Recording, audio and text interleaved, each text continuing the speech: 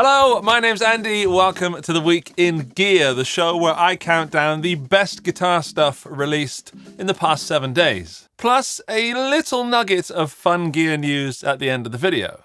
If you've seen the show before, thank you for coming back. If you're brand new, welcome. I do this weekly and I keep it as short and concise as possible because I know you're busy and I know your time is precious. You don't have time to go scouring the internet for new gear news. That's why I organize it for you. Just like how you can keep your pedals neatly organized with a pedal board from this week's sponsor, Pedal Train. Pedal Train boards are strong and light because they're made from hand-welded aircraft-grade aluminium. Does this mean your pedal board can fly? Well, no, but a nano-sized board can fit in your hand luggage, and if you go for the Terra 42, the sky's the limit. Whatever your pedal board needs are, Pedal Train will have something to suit you. Check them out at the link below. Right, onto the gear list. First up this week is a free update from Kemper. The Kemper Profiler changed modern guitar as we know it, but it's always suffered from a problem, and that is that it's great at capturing a signal path.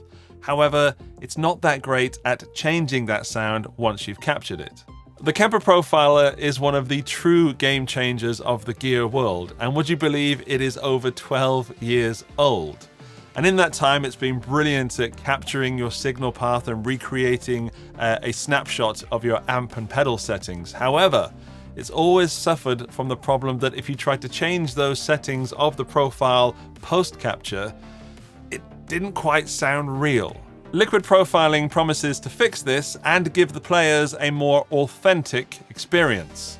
The free update also includes USB audio streaming, negating the need for an external audio interface, meaning that you can now record and reamp with just your Kemper.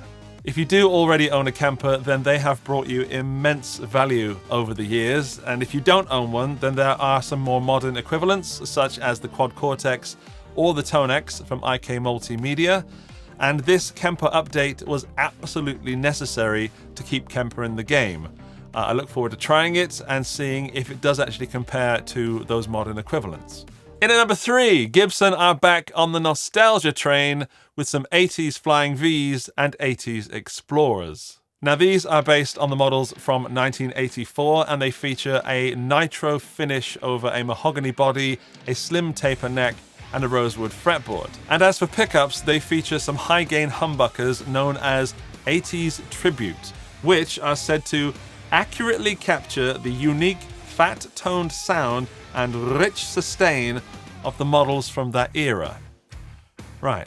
Neither of these models have pick guards, and they're currently only available in ebony finish, but there's a rumor going around there's going to be a white one as well soon. So surely these stripped-back, no-nonsense axes are coming with a stripped-back, no-nonsense price.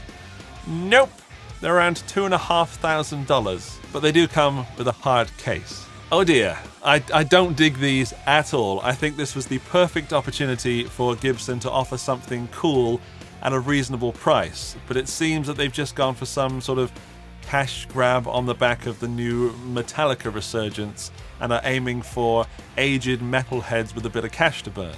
If you're after some 80s nostalgia and you have money now because now you have a job, I get it, but I think there are better ways to spend your money on that 80s nostalgia. And indeed, by going to places like Reverb, there are actual 80s guitars for less than the price that Gibson are charging for these new old ones. It just doesn't make sense. The opportunity to throw some $1,500 Gibsons out there was right there, and Gibson didn't take it, and I'm saddened by that, and saddened for what this means for the future of things like Epiphone and Gibsons. Gibson not coming down to prices that they used to be, and Epiphones really rising up in price.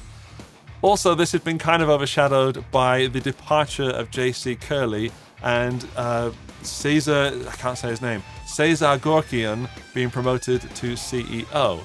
That seems to be the main Gibson news this week, and maybe it means there'll be a bright future for Gibson. Or maybe it means they're just going to be a guitar company that's existing for investors only. We shall see. Up next, the slightly strange but very cool PP-1 from Behringer. Innovation from Behringer. That is a sentence I did not expect to utter this week. The PP-1 extracts pitch from an audio signal and sends it to MIDI and CV outputs. Now, to you and me, what that means is that we can plug our guitars into it and control a synthesizer with MIDI or a plugin. So you need no pickups, no external Roland MIDI pickups or any sort of things screwed to your guitar. You just plug your guitar into this and you can control computers. Amazing.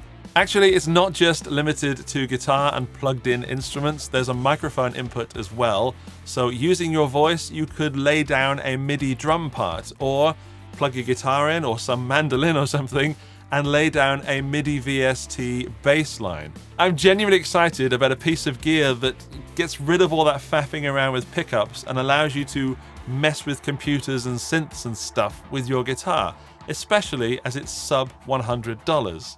I just think it's kind of a shame that it's in Eurorack format. I don't have any Eurorack gear, and this would be amazing if it was a standalone pedal unit and could really appeal to a massive guitar audience. Is it just me that's excited by this, or what do you think? Would you invest $99 in something that allows you to have fun with MIDI, or would you skip it as a bit of useless technology? Let me know in the comments section. Okay, number one this week. It is a wah and a fuzz wah. It's the Daredevil fuzz wah from Dunlop. Yes, moving on from innovation and back to the old stuff that we know and love. This is a Crybaby fuzz wah, which is a collaboration between Dunlop and Daredevil effects. It looks like a regular chrome-topped wah, so it looks more like a Vox than a Crybaby, to be honest. But there's this big old switch on the side that you can kick with your foot, which can take the pedal from just wah to fuzz wah. But hiding away on the inside are two internal trim pots that control the volume of the fuzz and the gain level of the fuzz. I love wah pedals and I love fuzz pedals, so therefore I doubly love fuzz wah pedals. And even though this is by far not the first fuzz wah on the market, I've heard the official demo video and it does sound superb. It seems like you can go from 60s fuzz wah Hendrix tones to more modern, crazy, high-gain fuzz wah tones. But to do that, you have to adjust those internal trim pots. Now, there are two sides to my playing, and one is this sort of 60s blues rocky, Hendrixy fuzzy side, and the other side is this more high-gain, doomy, fuzzy wah, nonsense noise-making. I'm both of those type of players. However, I don't want to open up a wah pedal every time if I want to go, suit my one type of personality that happens to be in the driving seat at the time. So having internal trim pots is a big disappointment, and having those on the outside seems as though it could have been so simple to achieve and yet so far from actually doing it. That being said, I would probably just have it on the same setting all the time, or buy two, so I can have one for each of those personalities, or each of two of my personalities. If you want a piece of this fuzz wah pie, it's going to set you back around $230. So that's it. That's my most exciting gear of the week. But before I leave you, Nirvana fans, rejoice, because there is a Kurt Cobain Stratocaster up for sale. Up for auction, I should say. It's a left-handed Strat, if that makes a difference to you. It's currently not playable because he smashed it at a show like he often did, that little blighter. It's a Japanese-made Strat by Fender, of course. It's an opening bid of £15,000, 15,000 coins, but it's expected to go for around 60,000. So if all of this gear so far has not interested you and you have a serious amount of money, then maybe you can buy Kurt's Strat and send me a picture with a big smiling face on it. Right, yeah, I wish you luck if you do take part in the auction. Good luck. There are links to all this gear in the video description down below, and as always, there's up-to-date pricing and in your currency prices included. So thanks for joining me for another week in gear. Let me know your favorite piece of gear in the comments section. Hit that button to subscribe, and I will see you in the next one. Tatty bye!